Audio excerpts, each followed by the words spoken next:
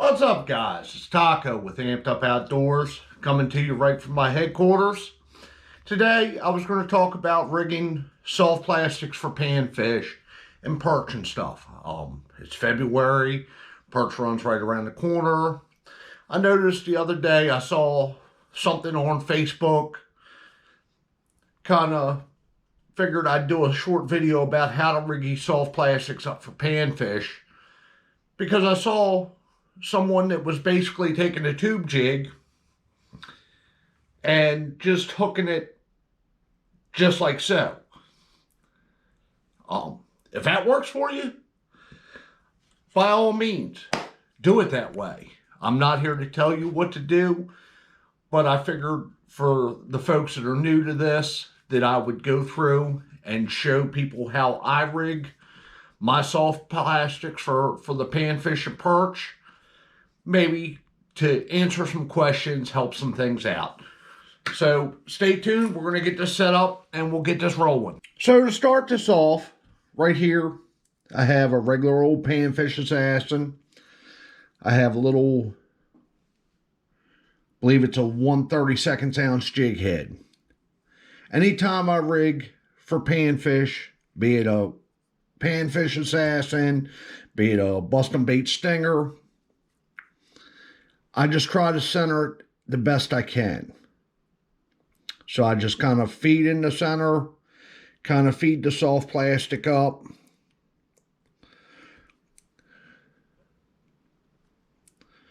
When I get to the spot, I bring the hook back out and I slide the soft plastic right up onto the hook guard. Now, anytime I rig a bait, my next step is going to be to put this in the water. Because if I put it in the water and it has some form of unnatural action, I'm going to take that bait back off. Maybe come in a little bit earlier.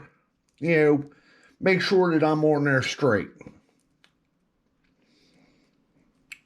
Same thing with the panfish assassin. I'm just going to start here in the top. If this was a larger soft plastic bait, I'd bite the tip off so I had a nice square spot to feed my hook in. But just kind of feed it in, come on out, and then slide it up on my hook guard. So that my end result is that. Like I said, I like to try to make sure it's pretty straight. Because if you have a big twist, especially when you get into your larger baits, it will cause that bait to spin unnaturally. Now, one of my other favorite lures for soft plastic is your regular old tube jig. To rig a tube jig, if you don't have it on your hook, or don't have your hook tied to your line, basically I just kind of come to the back,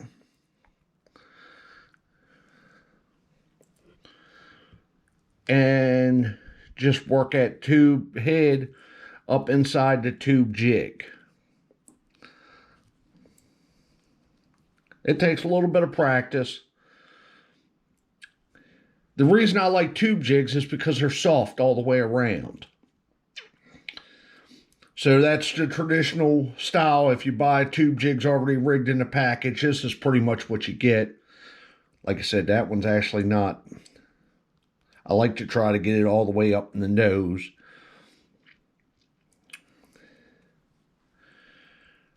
But that's how it comes. You tie that on your fishing line there, and you're good to go. Now, if you had been fishing for a while and you had lost your body, or your body had gotten beat up by fish, I'm going to show you how I do it with a tube jig head that's already tied to my line, because I really don't want to untie and retie that line. So I have a tube jig head right here. It's tied to my fishing line. To rig that, I'm going to just put the hook in where I wanted it to be. Bring the hook out in the tail. Kind of push.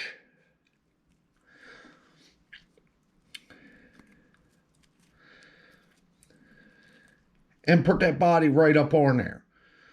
Like I say, if you take your time and you don't do a whole bunch of pushing, it really doesn't tear that body up. The reason I like tubes is because they're soft all the way around. You know, so if a fish grabs that, he's getting soft before he's getting that hard. So it feels a little bit more natural to him. To wrap this up, like I say, just take your time. Anytime you rig the baits up, just take your time. Make sure you do the best that you possibly can. That's getting it on there straight. Like I said, with these, with the little bait collar, that's going to help stop that from slipping back down on you. Like I said, if you look at that bait right there, you can see I have a curve in it. So that one's going to spin unnaturally. Back it up.